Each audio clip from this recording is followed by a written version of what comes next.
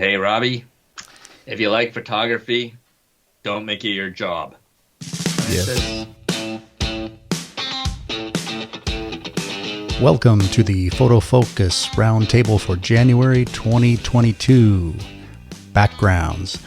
My name is Ron Pepper. I'm here with my co-host, Rob Moroto, and our special guest, Photo Focus author, Lauri Novak. I want to thank our sponsor, HDR Soft, who makes Photomatics for high dynamic range photography. Download it and try it for free at hdrsoft.com.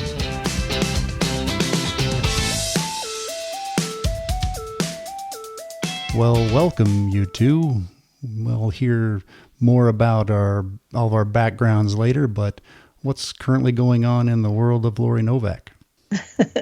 I've been spending some time working on something different this year, trying to work with art agencies and get my work commercially into like commercial, like hotels, healthcare type places, things like that. So that's kind of a new project that I kind of started this year. Oh, great. Maybe we can hear more about that later. That's Yeah. one of the things I bet a lot of photographers, because I do this, is when we're in those places, we wonder how does that happen? Where did those come Why from? can't my pictures be there? Yeah. Oh, great. Hey, good luck on that. I'd like to hear about it. Thanks. If we don't talk Thanks. about it today, we'd like to hear about that sometime. Yeah, definitely.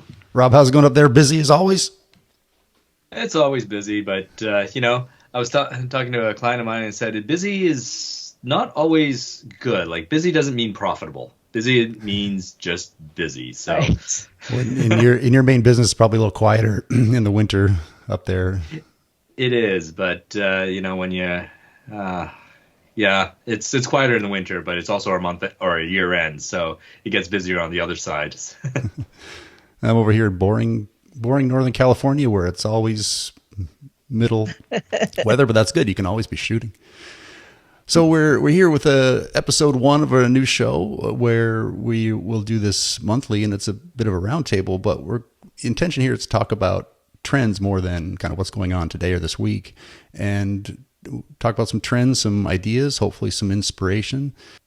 And for each episode, we'll have one photo focus writer who writes in the blogs and maybe doesn't get seen by the audio listeners, the podcast listeners. So we're going to have one writer on each time, and we'll highlight one of their articles. We'll be able to expand on it, talk about it, ask questions, maybe even criticize if we feel like we have something to add to it in that way. I don't think there's going to be anything controversial today because we're talking about some background ideas, but nevertheless, there will be some where I think those of us on the show will have some different opinions and different ideas and might do things differently, but that's how photography is, isn't it? So. Yep. Let's face it, you know me. I will always put my foot in my mouth sometime.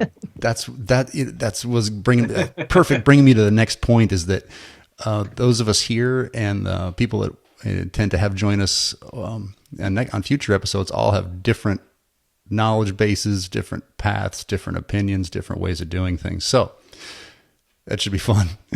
So before we start to talk about a couple of topics, let's first, Lauri, you told us a bit about you. Do you have anything to add?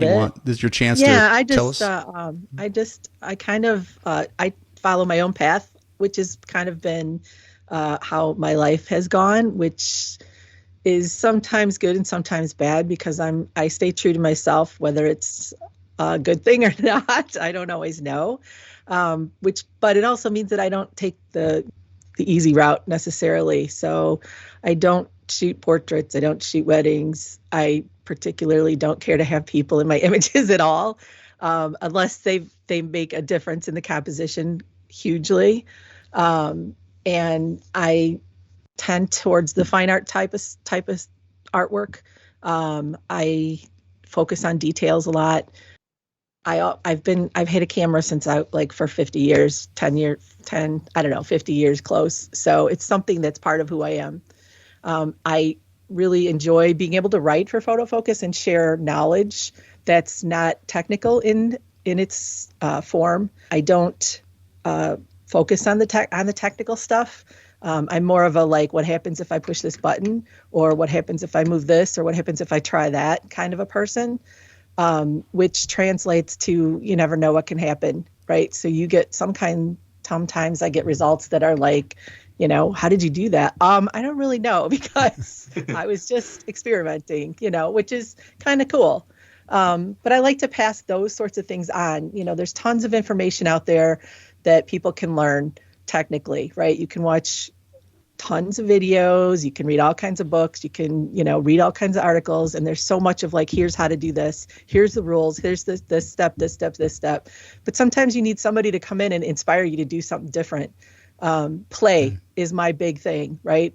Like I said, and what if I do this, and what if I try that? And that's kind of how I operate. We need that. We need the people that are the artists that don't care too much about learning the math of photography and just do it. And if we need to know about the math, we'll just ask Rob. Right. It's the feeling. I mean, you hear about it all the time, the feeling in a photo. And people struggle. I struggle with it when somebody says, well, why did you take this image? Or what drew you to the scene? It's hard to explain that sometimes. And I think that's a thing that people, photographers could learn more about, it, myself included, because it's hard to comment on your own images unless it's something that you're just like, you were compelled. This is kind of a fun subject that I always like when someone gets their first SLR, now it's a DSLR camera, and they've been using instant cameras or maybe a smartphone. They get their camera, and suddenly you have to know about some of the technical things because, okay, there's an automatic mode, but besides that, if you just start shooting with the SLR, a lot of people, this happened to me, go, wait, how come it's much harder to get a good picture? And because you have to know how to use a lot of those inner workings. Do you have any advice for people that don't want to worry about the technical, that you just to get going with a SLR, because it's still once you've learned a few things about the SLR, you do have much more control about getting the shot that you intend to take, you envision. Right. I think that the first thing to learn is composition. I think that a lot of times people, because even if you're on auto, right, your camera's going to do an okay job.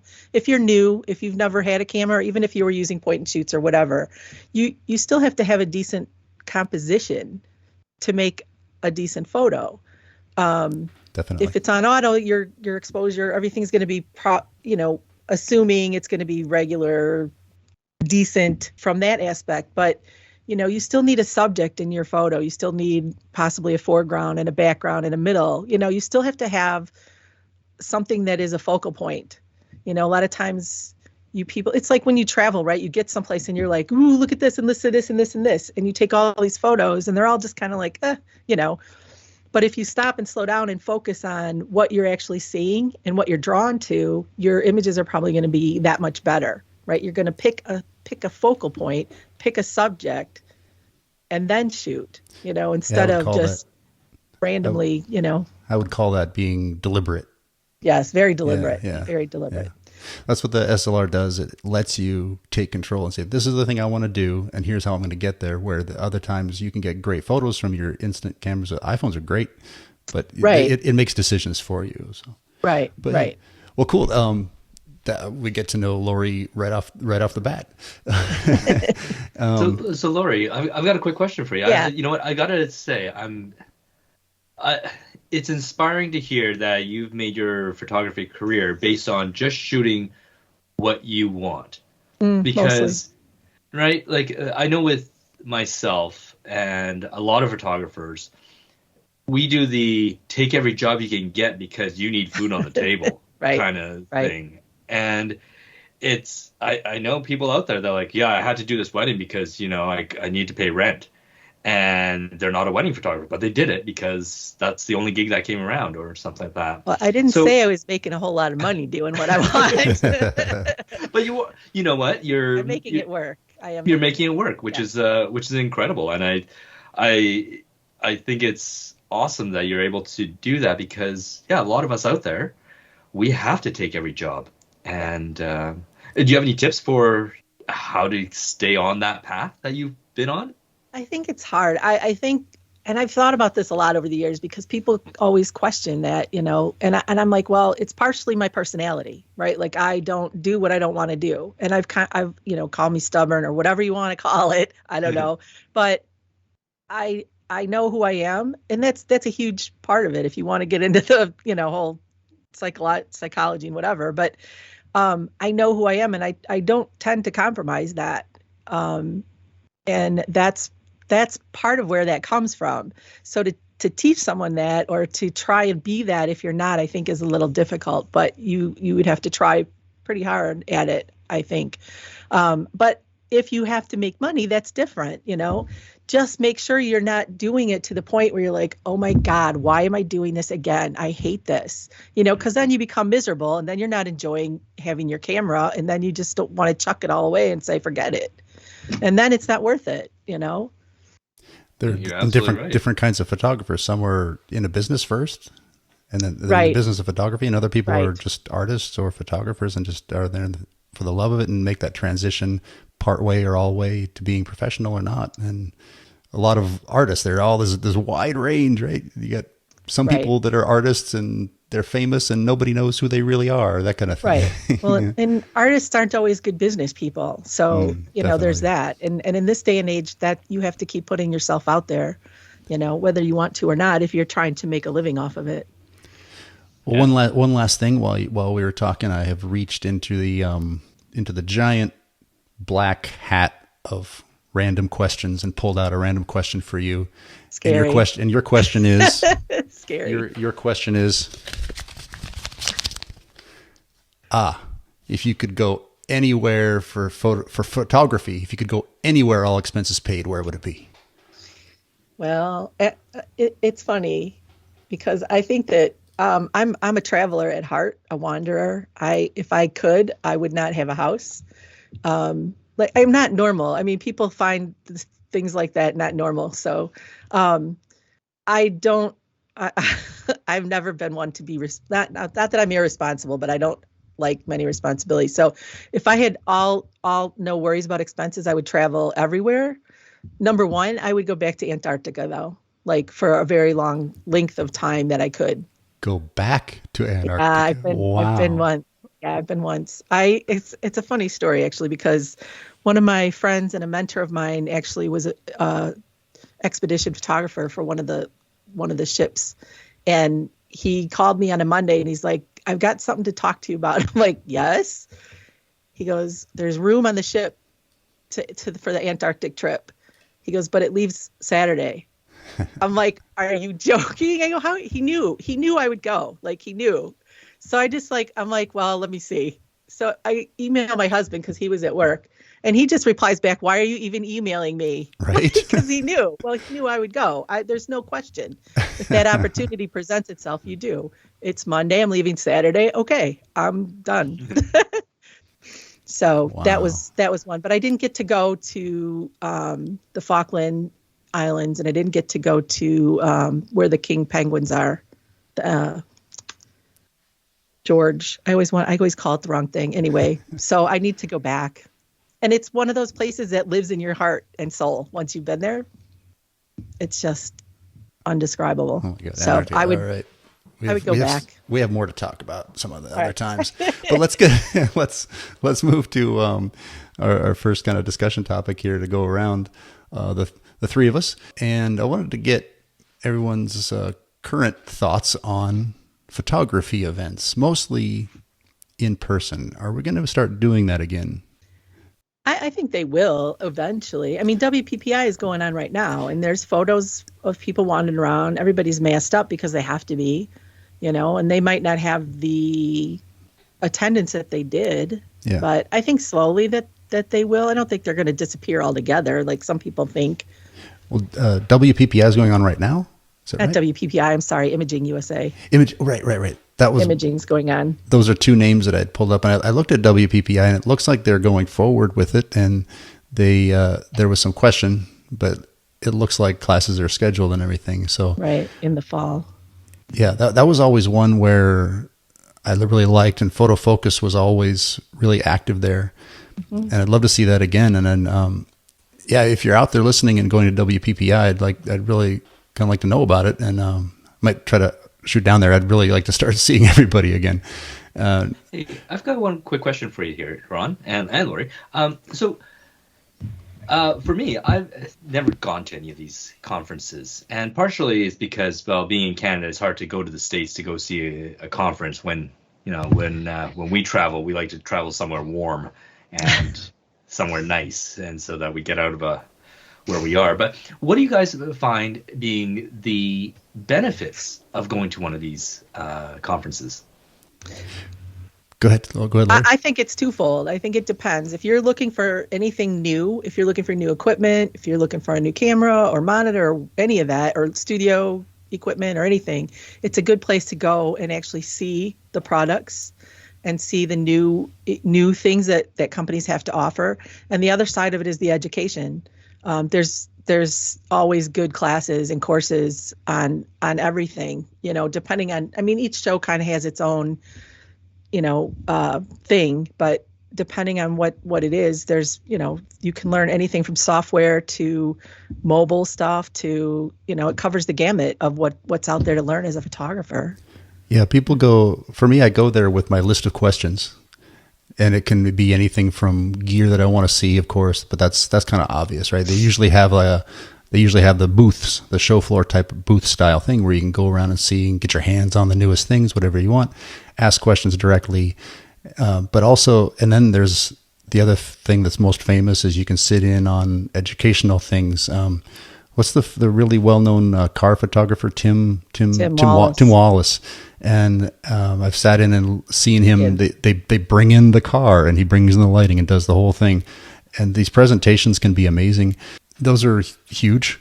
For me, though, it's always been the networking, because you see people face to face. I've been out shooting with Lauri in Chicago, and I've been out shooting with people, with a lot of people that now there's a connection where it's not just online, and the value in that is hard to describe, because that's very true. Oh, and it brings opportunities too.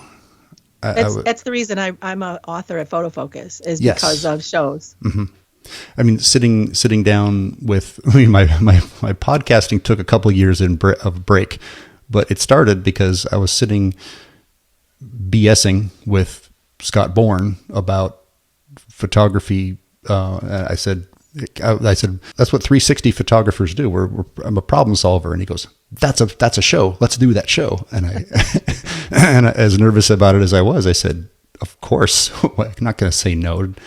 And so that was a big thing. But also you go to these things and you're having dinner with so-and-so that turns out to be very helpful in a lot of ways. And it goes in both directions, of course. We all can answer our own areas of expertise. I always bring my 360 camera back. So we have these, now everybody has these instant 360 degree cameras, but a few years ago they were rare and super nerdy and techie, but boy, did they get a lot of attention when I'd bring them out, and people were just fascinated with them. And it wasn't anything I was doing skill wise, but it was just that was the cool gadget of the time. And I got to meet tons of people just by doing a fun group shots in 360. So anyway, the shows can be really valuable. You go there, you're inspired, and I know it's cliche, but it's really true. And after you sit and hear like pick somebody, a Peter Hurley talk, or pick people that whoever it is, and you get inspired to go out and try these things. And it's really true that lasts, for me, it lasts probably a month afterward. I'm thinking in new ways. I'm trying to put in practice the that people said that I made notes of, and they're really valuable. So I wanted to bring out my ideas and ask you your ideas, because things like WPPIs in Vegas, it's a big hotel, it's a big show, it's a show. You don't do much shooting. Then you have things like, for a few years we had Out of Chicago, which was tons of shooting. So there would be those things we talked about classes and gear and all, they were there, but it was smaller. Mostly it was about going out and shooting. Streets of Chicago was wonderful. And I would like to see the future shows be more weighted that way and have more adventures that bring learning to a new level because you're doing. I don't know. What do you guys think? I agree 100% with that. I agree. Because you were out of Chicago, Yeah. And it's more fun when you're attending to do something. Plus you're interacting more with the other attendees because you're standing there next to them and talking about what you see and what you're doing and how they're doing it versus how you're doing it, and you have an instructor possibly who's leading it who can give you, ideas and tips on how to do what you're doing. And you almost always end up at a bar at the end of the whole thing, yes, well. with tons of feedback, both in very valuable and also just in your fun, sarcastic, making fun of each other way. It's very memorable and really valuable to me. And it's a much different experience than sitting in a chair next to somebody during an hour-long, presentation. Yeah, exactly. Where you're still learning, but it's just not the same at all, I hope my impression is wrong, that the world has turned a great deal to online courses, which are valuable. Believe me, I like them. I use them. I buy them. I've even created one several years ago. So I'm all for them, but I just want the balance to return to being in person too. And I think they will. Okay, good. I do.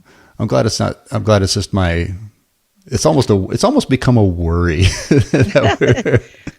And then there's the online one. I understand you're involved, right? The visual storytelling conference, Lauri? I'm out. Actually, I have heard that I'm going to be giving a presentation for it. So the visual storytelling conference is, let's see. I'll put a link. I'll put a link in the show notes. It's March 10th through 13th. It's all online. It's all virtual. Yeah. But there's business and creativity training. It's all free. They did this. I think this is the second year. And there's some pretty, it was good. I went to several of the sessions last year, and I know several people who did. So at no cost to you, you're not, it's your time. And you can still get those inspirations to go out and try on your own. It's just that you do it on your own, and maybe we can work it out into small groups. I just had an idea that I'll make a note here. Let's shift gears and hear a little bit more about Rob Maroto, coming at us from Vancouver Island. Is that right? It is right now. Yes, we're originally from Calgary, and then now I'm on Vancouver Island and still skipping back and forth. But we'll see how that goes. You've got a little bit of Lauri Novak in you. You're just kind of living all over the place.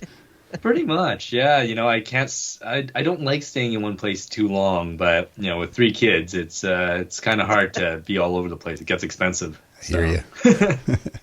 You're at calgaryphoto.ca. Yep, calgaryphotos.ca, and you can also reach. And that's my company in Calgary that does mostly real estate photography, and then my site for myself is just robmaroto.com, and you can find me there. You can. If you need it, I've got a few mentoring clients already, and if anyone would like to get some advice on how to improve their real estate photography or architectural photography, by all means, give me a call there or reach out to me there. Beautiful. Rob's being modest. We'll learn more about him as we go along. He's quite prolific. The next thing I want to talk about was, we're staying a little bit in the same subject, but moving on. I want to talk a little bit about what platforms, for lack of a better word, what social platforms people are using these days. I just have noticed big shifts and big, let's call them swings and misses, maybe, with new platforms coming out and not really getting traction. But I also see that people are shying away from the big ones, and I wanted to kind of bring them and see what you guys are using. I'll just start it out by saying that I feel people are being a little more skeptical of the big Facebook, Instagram, Twitter type ones, and seen a lot of little ones popping up. Float, Minds, Elo, these ones that seem to be not really catching on. And I wanted to get your you guys' take on what you've been using, if you've seen any of these trends happening as well. What do you think, Lauri? I'm still old school. I mean, I don't jump on the late. Sometimes I do jump on something. Like Elo's been around for quite a while, actually. And when it first came out, I was on there. But you get to the point where you're like, I can only put so many things in so many places, and it's a waste of time at some point where you can't be everywhere all the time. Yeah. And you got to keep in mind, if you're trying to be a business, that you need to be where your customers see you. Right. You know, if there's social media platforms for photographers and you're trying to sell senior portraits, your customers aren't there, you know, so it depends on what your purpose for being there is. But on the other hand, I also do photo tours, right? And I mentor. So some of my clients would be photographers. So then it wouldn't be a bad idea to be in those places where the photographers are. So, but I'm still Facebook, Twitter, and Instagram mostly. Those are where the network effects are. They still are, I guess. Yeah, the largest quantity of people. Yeah. A lot of times when I see a new one, I'll go ahead and sign on and put up like one photo and then Just see what happens. Yeah, exactly. Get my name. Yeah, just grab the handle. Right, And, yeah. run away. Yeah. I like to see that in this case, and I think I learned this on Photo Focus, is Instagram is trying to do something after listening to feedback, I guess, and they're going back to the simple feed, and they're doing some safety things, if I understand. And I think they might be in response to didn't they really get thrashed by the public for they were starting like a kids Instagram, I think. Yes, yeah. And there's just so much backlash. I think they really are trying to do something. So that's good. I don't have any special feelings for Instagram. I use it, but not a lot. And I'm just a little bit skeptical of these from who's using the rights that from that angle, from the safety from kids angle, the just a lot. There's just a lot, and I don't envy their position. I was looking at Instagram and Facebook, and over the holidays, I actually put up one post and it just said it was a picture of one of those old "We'll be right back" store signs, right? Like back in 5 minutes kind of thing. And I put that on and said, I'm just taking a break from all this because just like you guys were talking about with the photography events, saying that one of the biggest things, the best things about it was actually meeting up with people and getting to know people and getting to talking with people instead of just sitting next to them. I found that, a lot of these social media things, it was just, it almost felt like we were all just putting stuff up to show what we do, but we don't actually do anything with each other. We don't actually interact. We just post something. Somebody else posted it. We got to like it. They like mine. Okay. But there's no real interaction. There's nothing meaningful there. There's no conversations. Yeah. Yeah. And there's no, I don't think there's actually a connection there. Like I pay somebody right now to do all my feeds for my company all the time. And I don't know if that's actually generating anything or anything else. I know that, on my personal one, I just throw everything into, what am I using now? Am I using Sked? I think I'm using Sked to just schedule everything. I just put, 30 posts up, let it run. And so it's very impersonal, even from your side. Yeah. Like you're not putting in the time or your personality or trying to connect. You're just putting it out there. No, you're right, because I don't put my personality in because I've realized, from a professional standpoint, like, okay, so I had this issue with one of our contractors who all of a sudden decided to start putting up onto his personal feed pretty controversial things about matters that were controversial. Let's just say that. But as a business owner, you can't do that. Right. Yes. Because, well, I had to end our relationship because of that. So, knowing that, I don't know. I'm kind of an idiot. I'll say the most inappropriate things at the most inappropriate times, and if that's on social media, I can't have that hurt my company or my staff. Right. No. Right. So, I found that now because of that, I've pulled away, and it's Ron got me onto to Clubhouse, and did he get you onto Clubhouse too, Lauri? No, I'm on there. I don't think I've listened to a couple of things when it first started out, but I haven't used it. Right, and I've realized like I went to Clubhouse, tried a few things, tried to join a few places, and then I realized it's very much the same thing where it's like people posting their own photos but not really listening to what other people say. So I wish there was a little bit more Good place for people who interaction. like to hear themselves talk. Exactly. I did. Exactly. I did want to mention Clubhouse because I gave it a good go, a good shot when it was relatively new. It's turned into, like all of these things do, people figuring out how to monetize it by promoting themselves and other things. Right. And there can be good content on there because a lot of people are giving away content and discussing things and answering questions, and it's promotional, and that's okay. But it has become so much that way that I feel like it's lost something. But Clubhouse, and then I believe Twitter Spaces is more or less the same type of thing. Twitter's take on it, where they can start these discussion rooms. But for what it's worth, I had to stop with Clubhouse because I was spending too much time on it. But the photography thing, and I was doing other things like for foreign language, it's good. I was joining Spanish groups on there, and that was interesting for quite a while. But those all became the same as well as one another. But Twitter Spaces grew out of that, I think, and I've joined a couple of those when I get that mention. But I guess I wanted to get your guys' take on it because I'm sort of on the fence about them. They can be fun. There were small groups that would give out like photo missions for a day or a week, little competitions, all for fun. And this was during a little bit more of a lockdown time, I guess. So that was appreciated. I think people getting out, but I don't know. So I'm blabbing about Clubhouse, which is kind of silly. I think it's kind of run its course. I don't know. Is that? It, but yeah, it seems like it. But then I'm not the person to, I don't try to, again, if you're trying to make money, and if you have a business and you spend all your time, like, it can be a lot of that, all of social media, any of that kind of stuff is a huge time suck. Yeah. And you're not doing the work you should be doing.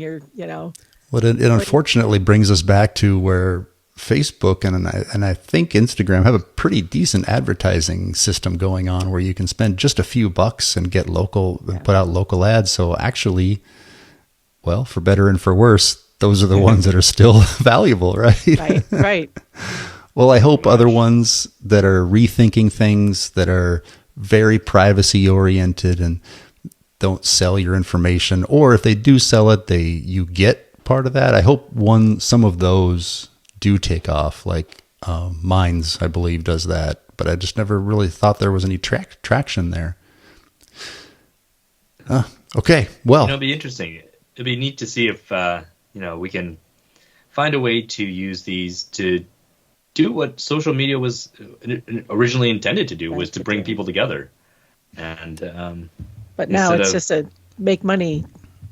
Yeah, it's a business. They have to make money. I mean, that's that'll it's true. always... Like it should have been bring people together. Instead, it's now like high school and popularity contest. God, yeah. Well, I hope maybe it's a little bit of a call for photographers. Maybe we can kind of take over one of these and make them photographer oriented, because doesn't it seem like every time something happens, though, that's what happens? I mean, look at Google, and I hate to even bring this up because people are always like, "Oh, I'm so sad Google Plus went away," because it was people are sad about that. A lot of people are. There was a huge photography community there, and it didn't start out that way, I don't think, but the photographers definitely took that platform over, and it was amazing from a learning standpoint. Again, though, it was strictly social. You weren't finding new customers there unless you're selling to photographers, but people weren't doing that. So when you say, let's hope photographers take over something, they very well could. But then, I don't know, are there people out there who are already trying to do that sort of thing, like create a photography platform? I don't know. There have been some efforts to do it where the idea would be that you still retain all of your rights. You're not giving anything away. Right. And plus they try to have a share where if there's, if anything is shared, you can choose if your information is shared. And if you do, you get some compensation for that. There have been a lot of efforts in that. I've just never seen anything take off. Right. And it's probably a combination of whether maybe they come out, they're not really ready for prime times, a little bit clunky maybe. And also just got to have that whole network effect. You've just got to have that organic, suddenly everybody's there and nobody can explain why, but they are. I think that's all right. Anything else you wanted to mention about platforms? Any big recommendations? Getting off of YouTube and getting onto what? No, it's funny. The first time somebody asked me what my Twitch handle was, I thought they were being dirty. I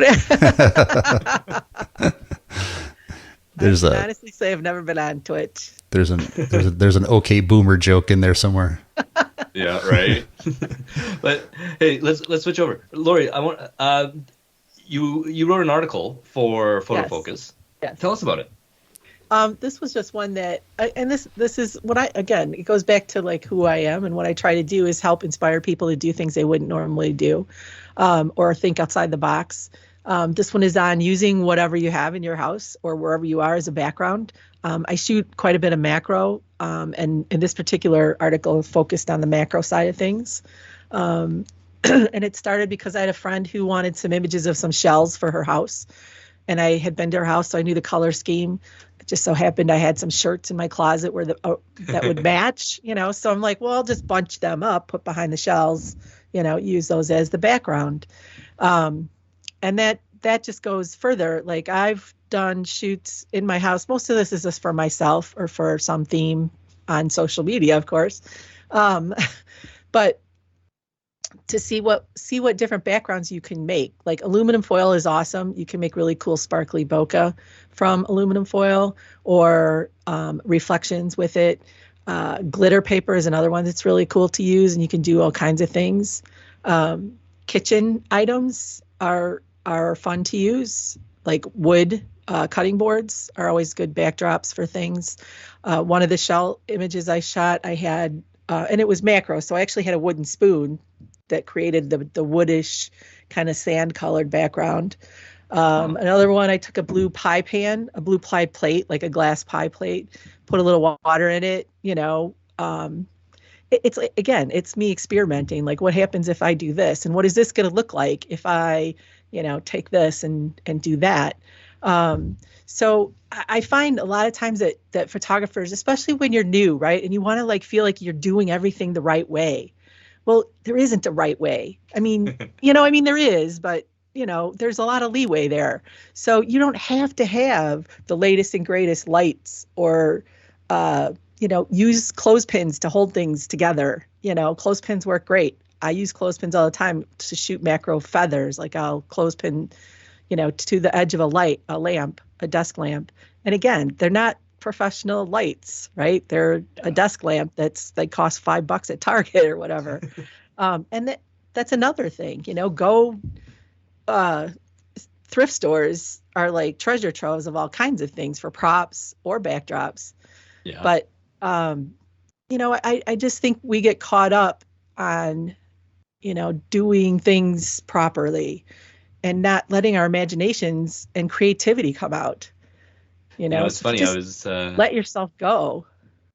It's funny because you mentioned that with the desk lamp, and it reminded me when I was first starting out. I had a client come up to me. He's like, "I need product shots of, God, what was it? Oh, it was lock boxes, and like the realtor lock boxes, and the company actually made these stickers to go onto lock boxes with the branding of the realtor, and so my client asked me to take photos of these, but I didn't have a studio. I didn't have any place I didn't even have paper to do as a backdrop, and I didn't have the right lights for it. And of course, me being poor back then, I took on every job that I could, and thought to myself, how the hell am I going to do this? And I remember I took those, I put them in my bathtub, and brought in my lamp, and I put my bathtub, put the lamp in the bathtub, turn it on, and there you go. You got a single source of light, you've got a white background, and that was it. That's how I shot the entire thing. And but nobody even knew that you did it that way. No, and it's funny because I was reading your article. I like how you said that you were the Macgyver of photography. I attribute that. I attribute that to my dad. He was a maintenance welder. He grew up on a farm. I mean, he was like, he left school before he was even in 8th grade and worked on the farm. Well, they had to be in like inventive. They had to come up with ways to do things. Obviously, that was however many years ago, where they didn't have technology, obviously, either. So they had to make do with what they had. And I remember, like, we would do road trips, and every year we drive to North Dakota, I swear to God, we would put a hole in the gas tank because it was like gravel roads.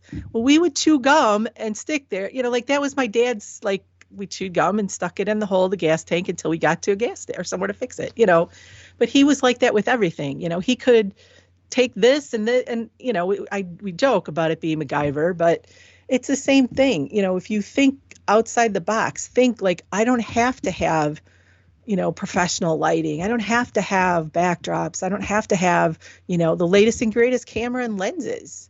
You can take your kit lens, turn it around and use it reverse to get macro shots, look up reverse macro method. Yeah. Have to have a macro lens. That's how I started shooting macro. Then you buy reverse rings, or then you buy extension tubes, instead of a lens.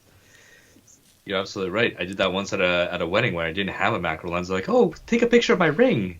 And yeah, I think it was the 50 mil lens. I just flipped it around, and first time I did it, scared the hell out of me, but it worked. Right. There's a tiny little cover lens you can get for any smartphone that goes right over, and it has the same effect as a macro lens as well. Those little lenses for the phones are really cool. I have a set of those too that you just stick on. They clip on your phone. Yep. Yeah. There's one that's probably $3. It's just a tiny little. It's probably plastic, but it does work. One reason I wanted to feature that article was that a lot of us are just looking for ways to get shooting again, and just when you're hanging around home, it can be at night, whatever time it is, and you can start your brain thinking differently. Start with the background, and then think about what you want to do with that background. You can explore color, you can do depth of field, and I love the idea of rethinking backgrounds in general, both indoor, outdoor, and just using that creative punch, using that to get your brain to think in a different way. Instead of thinking your subject first, think your background first, just for an exercise. Right. You're all sitting at our desks all day long. I stare at my blinds all day long. I can't tell you how many images of my blinds I have in all sorts of ways. Intentional camera movement with the blinds, or as a background, or just the lines and shadows. I mean, there's just, people, I don't have anything to shoot.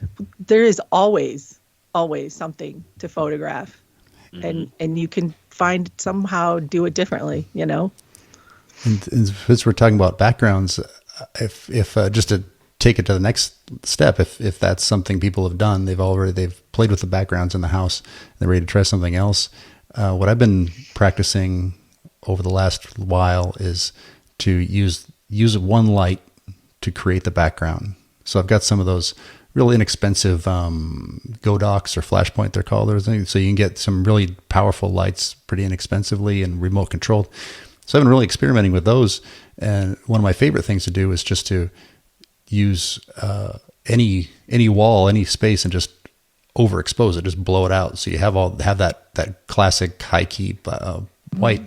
And that's one of the things too. If anybody's looking for something to experiment with, try using either one light or two, whatever you have. It can be any kind of light. Experiment with light in general. Exactly. Yeah. And you can, if it's your desk lamp, you can still light the part of the wall and get that cool vignette look where only part of it's more lit than the other parts, and really explore those. So I really like the idea of rethinking the backgrounds and taking it to the next step and finding something creative and maybe free, or at least inexpensive. Yeah. Now, Lauri, on that, do you have any? I know that you just said you can find almost anything for a background. Do you have any tips for our listeners about what can you use maybe as a foreground that'd be interesting? It's interesting. I don't put a lot of stuff in my foreground when I shoot, unless I'm outside and specifically looking for foreground, middle ground, background, to me, that's more of a landscape thing. And I need to break out of that way of thinking myself, because even in a macro, if you use something to blur out the foreground of an image, just off the top of my head, I'm thinking like tulle or some kind of material. I took ballet, so I have like tutu material in my head that I could picture it, because it's see-through, right? So you could possibly shoot through it. Even like transparency paper, lights always work. Any kind of lights that you could put, like those little fairy lights. Yeah, like I saw a lot of that in wedding photography now. Yeah, where they use that. I can't remember which photographer did that. They were showing me where they have the fairy lights, and they're walking around the wedding, and they're just holding up the lights in front of their lens and shooting everything, and every single shot has these little. And I've seen them too, where they have the person hold the light, and then you hold it as a photographer, so you have the line to them. Oh, neat. So it's like shoots down the line of lights. Oh, I didn't realize those were so set up. That's fantastic to know. Of course, but of course they are now. Now that we know, of course they are, right? Right. What have you seen? Taking it all the way, I'm trying to think of. I think I try to give credit. It was like Vanessa Joy, I think, is doing wedding stuff in New York. If that's who it was, or Pied, I don't know. Sorry. They were creating an artificial sun by putting lights behind within a tree, so that it looked like the sun was coming through the foliage. And they had a power. Yeah. And they faked the golden hour, and it really worked. So you can take this all the way from whatever you have around the house all the way up to a fake sun. Right. And never mind even doing any of that in post-processing, save yourself the time, but doing it on site. I think there's significant post-processing still needed when you do that, especially if you want to add in the flare, I suppose. Right. But still, well, as usual. But I mean, seriously, the possibilities are endless. Seriously. In anything, in any kind of photography. It's just let your imagination go. As always, there can be a million different things to do, and it can be always depending on the situation. I thought about doing a show that's called "It Depends," because every time there's a question. That's a Rick Salmon thing. You're right. It probably did start there. True. Anytime someone asks you a question, it depends on the situation. It depends on the light. It depends on the time of day. It depends on a lot of things. Depends on you and what you want and what's important to you and what your client wants, if there is one. And it depends on the tide, So to that article, it's a real quick read, very much worthwhile. And there's a link to a nice follow-up article too that we could talk all day, but we won't. But check it out. Those links in the show notes. I would encourage everybody, just wherever you're at, and it depends on where you're at. If that's something that helps you get going, it did for me the other night when I was looking at this and we talked about doing this talk, and I thought, I need to do that. So I went around, and I'm a night owl, and I was able to do that at night because backgrounds don't care. And so if that's inspirational to you, please do that. And if you get outside, rethink those natural backgrounds, move the camera so you get maybe too much or less light in the background. You can blow out a background naturally too, just by the interesting use of the sun.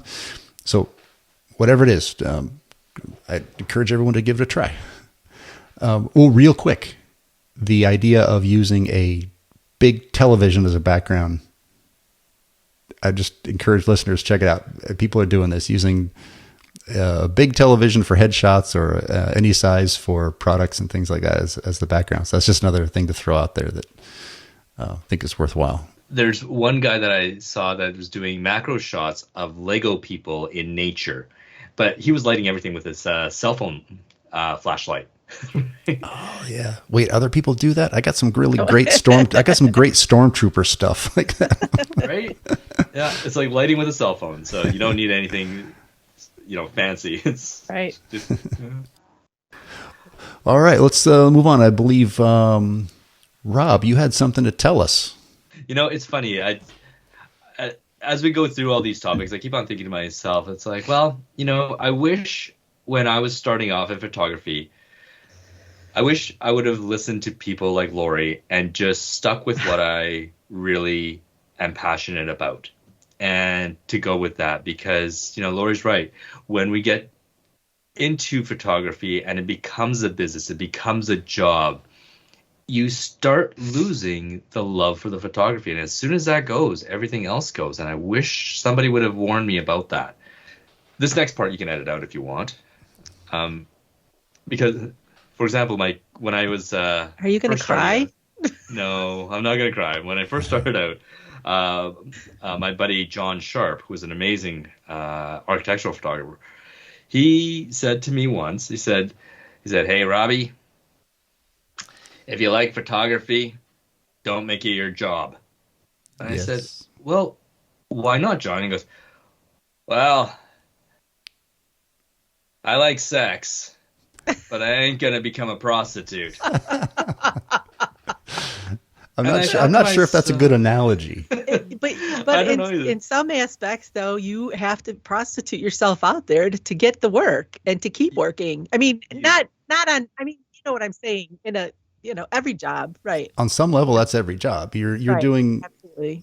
I mean, people say that they've never worked in a day in their life, and that there might be that person out there. But at some level, even if it's getting there at the right time, whatever it is. No, you're still compromising something somewhere. Some level, yeah.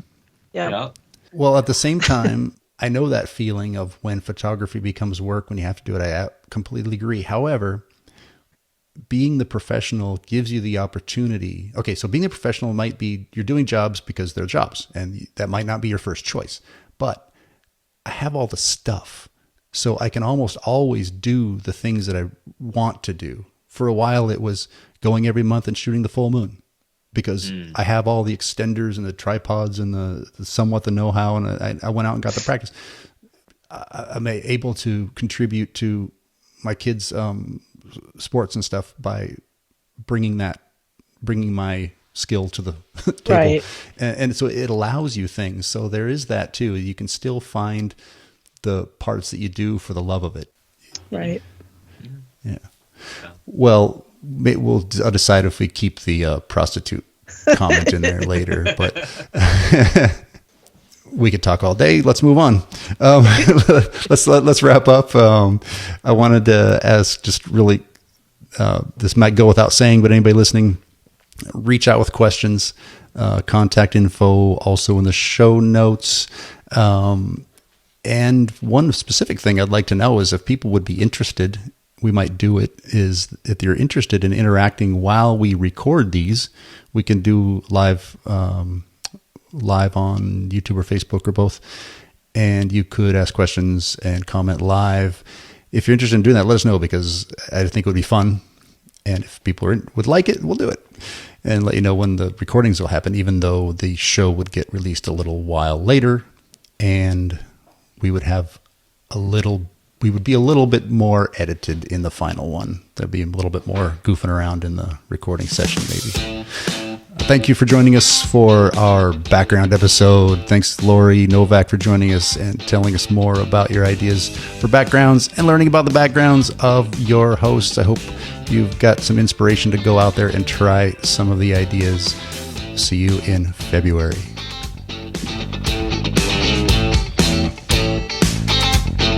Well, we'll decide if we keep the prostitute comment in there later.